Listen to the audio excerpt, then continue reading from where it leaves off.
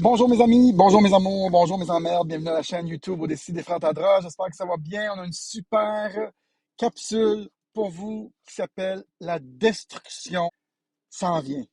Bougez pas, bougez pas.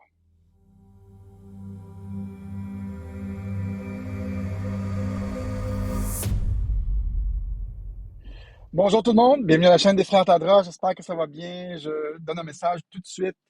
Allez sur Telegram, là où on peut être le plus indépendant sans se faire censurer.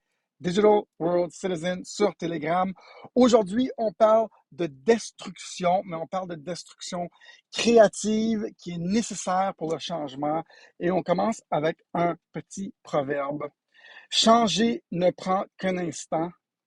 C'est la résistance au changement qui prend toute une vie. Et j'écoute dernièrement beaucoup le film Thrive 1 et Thrive 2. Et je vous mets un petit clip de ce fameux documentaire qui est incroyable. Je vous le suggère tous. Thrive. Écoutez ce petit bout qui parle de la chenille qui devient un papillon. Écoutez ça. It's like the last effort of a particular phase of civilization. It's its last gasp, really, and I often use the metaphor of the caterpillar becoming the butterfly, because the caterpillar crunches its way through the ecosystem. It's very destructive. It eats 300 times its weight in a day until it's so bloated that it hangs itself up and goes to sleep, and its skin turns into a hardened chrysalis. And then in its body, you get these imaginal cells. Biologists actually call them that, forming within the caterpillar's body. The caterpillar's body then actually becomes a nutritive soup for those cells. But what's important about that metaphor is that the old and the new coexist for a while. And it's the job of the caterpillar to preserve its life.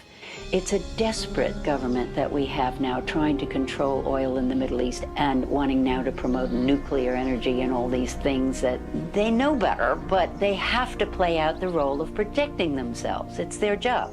And if you love butterflies, you don't go around stepping on caterpillars. So we can't hate them. It doesn't do any good.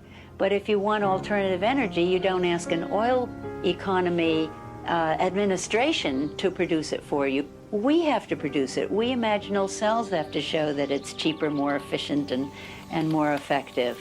Our job is to build a new world. Et donc, moi, ce que je trouve incroyable dans ce qu'elle a dit, c'est que les deux systèmes présentement coexistent. On ne peut pas haïr ce qu'il y a présentement sur la planète. Ça coexiste. C'est nécessaire pour la transformation de l'humanité. Il faut l'accueillir. Il ne faut pas écraser la chenille. Elle est là pour le meilleur de l'humanité. Et donc, il faut comprendre une chose très importante, c'est qu'on est dans une période, dans un cycle financier qui se termine toujours en guerre civile et en guerre avec d'autres pays. En fait, c'est la manipulation des systèmes financiers qui se termine toujours de cette façon-là. Il y a toujours un pays gagnant dans tout ça, une nation gagnante qui, après 4 ans de guerre d'habitude, et moi je considère le COVID comme une guerre contre le COVID, et ça dure 4 ans d'habitude jusqu'à temps que les pays soient un petit peu banqueroute parce qu'ils ne peuvent pas aller chercher l'argent des gens dans leur poche et donc ils rentrent plus d'argent dans le système financier.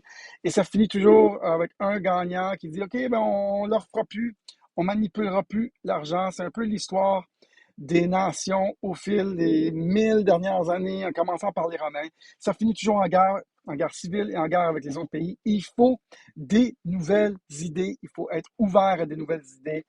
Et je vous mets un beau clip d'un film qui s'appelle Weird Science.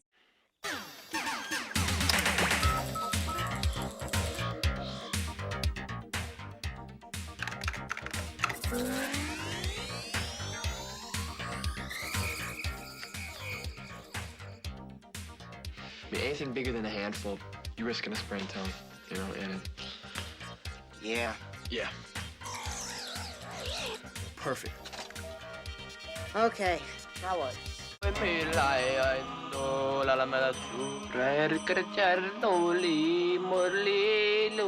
Gary? By the way, why are we wearing bras on our heads? Ceremonial.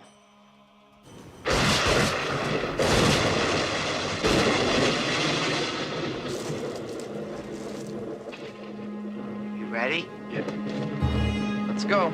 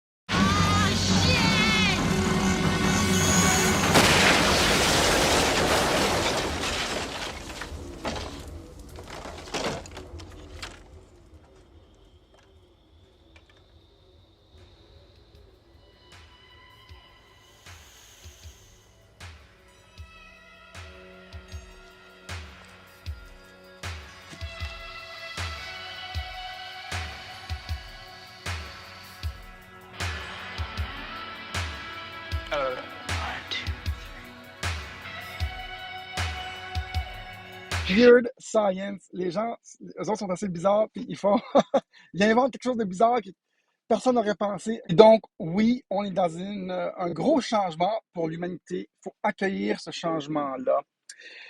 Et je vous lis un proverbe. Les portes de l'avenir sont ouvertes à ceux qui savent les pousser. Quelqu'un qui s'appelle Coluche. Et il y a toujours eu dans l'histoire des peuples de la résistance aux nouvelles idées. On pense juste à l'électricité. Il y avait Nikola Tesla qui avait ses idées, il y avait Thomas Edison, et il faisait, pour faire peur aux gens, ça a pris, je pense, une quinzaine d'années, accepter l'électricité, de la faire rentrer dans les populations, dans les villes, dans les villages, et il brûlait des éléphants. Il électrocutait des éléphants pour faire peur aux gens avec le courant alternatif parce qu'il ne voulait pas que le courant alternatif soit accepté. Bref, il faisait peur aux gens. Il y a toujours de la résistance dans des nouvelles idées, mais il y a toujours ces fous, hein. Tu sais, il y a des fous là, qui vont vers les nouvelles idées, qui ont le courage, et eux, ils se font pointer du doigt. Regardez ce clip d'un gars qui danse, mais finalement, il n'est pas si fou que ça.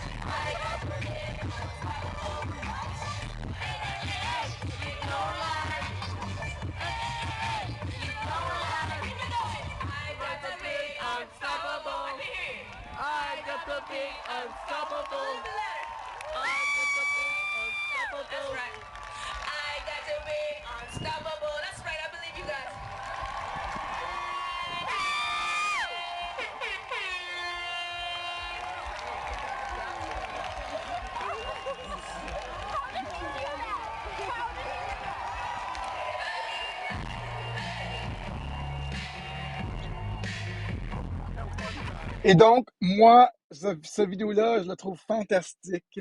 Accueillons les rebelles, accueillons les courageux. Juste dire oui à une nouvelle idée, c'est déjà, c'est presque tout. Voici un proverbe.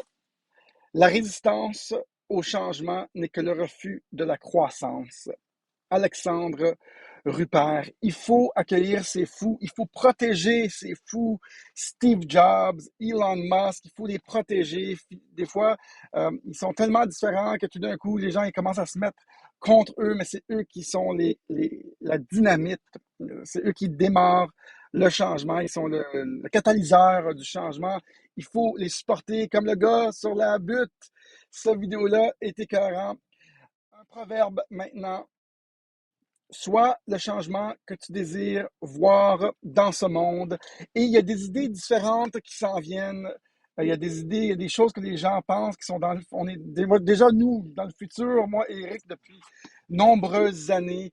Et je vais juste lister quelques nouveaux concepts, quelques nouvelles idées qui peuvent vraiment faire du changement dans la vie des populations, dans les sociétés. Et oui, la première idée, c'est de faire la destruction créative avec des nouvelles idées, un nouveau paradigme qui change le vieux paradigme. Je vais en nommer quelques-unes. Il va y avoir moins de dirigeants dans le futur. Ça va être plus d'anarchie. L'anarchie, c'est pas de gars en haut. Moins de leaders, moins d'États et plus de communautés. Il y a des idées des Earthships, vivre plus en harmonie avec la nature. Ça, c'est incroyable, les Earthships. J'adore ça. L'idée d'avoir de l'énergie libre, hein, la tour de Vandercliff de Nikola Tesla, on ne nous enseigne pas ça dans nos livres. C'est drôle, on ne nous enseigne pas beaucoup sur l'économie, hein, l'économie austrienne, c'est drôle. Il y a beaucoup de choses qu'on ne nous dit pas dans nos écoles. Je crois qu'il va y avoir plus des écoles aussi à la maison. Hein. On a beaucoup au bout de nos doigts maintenant. À quoi servent ces institutions? Et peut-être qu'ils servent juste à nous rendre très dociles et obéissants à l'autorité et suivre un protocole pendant 12 ans pour dire oui, on va aller travailler. Ça sert peut-être à ça, les écoles. J'aime beaucoup les écoles parce que les gens peuvent rencontrer des amis, des cercles sociaux. Par contre, je crois que dans nos écoles, on nous donne un A quand on ne fait pas d'erreurs. Et l'idée, c'est de faire des erreurs, c'est de faire des choses.